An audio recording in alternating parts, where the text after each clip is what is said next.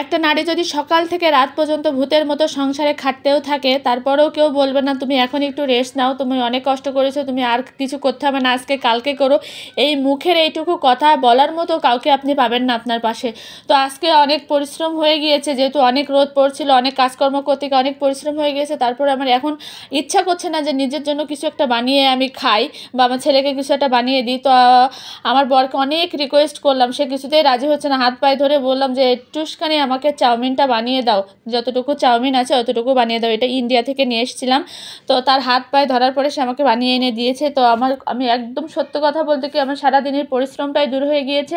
মানে আমার এত খুশি লাগতেছে, খুশি মনে আমি এখন চাউমিনটা খাচ্ছি, খুবই মজা করতেছি। তাই ভাবলাম আপনাদের সাথেও একটু শেয়ার করি যে যতই কাজ করেন না কেন সংসারের জন্য, আপনার পাশে কেউ থাকবে না। আপনার শরীর যতই খারাপ হোক, আপনাকে কেউ একটু এক গ্লাস জল মুখে এনে দিবে না, আপনারটা আপনাকে নিজেই করতে হবে। একটা নারীর জীবন মানে এটাই, নারী মানে সারাক্ষণ পরিশ্রম করতে থাকবে, তার মাথায় হাত বোলানোর মতো কাউকে পাবে না।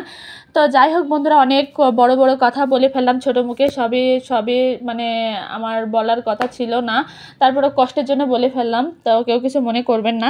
আমি এখন এই যে চাউমিনটা এনজয় করতেছি, আর এটা ইন্ডিয়া থেকে নিয়ে এসেছি, আর এটাই শেষ, আর নাই। আর যখন যাব তখন আবার আনবো। এবার আনতে চেয়েছিলাম, তো আপনাদের দাদা বলল যে সময় নেই আর এদিকে আর পাবো না, যে আবার যখন পরের বার আসবো তখন বেশি করে নিয়ে যেও, তাই এবার আর আনা হলো না।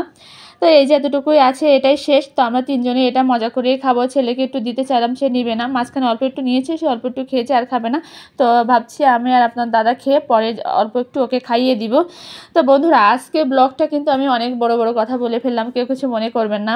আর আজকের ব্লগটা যদি আপনাদের ভালো লেগে থাকে অবশ্যই একটা লাইক কমেন্ট শেয়ার করে দিবেন, আর আমার পাশে থাকবেন সবসময়। আপনাদের ভালোবাসায় আমি ধীরে ধীরে সামনের দিকে এগিয়ে যাব, আমার স্বপ্নগুলো পূরণ হবে, সবই আপনাদের আশীর্বাদ।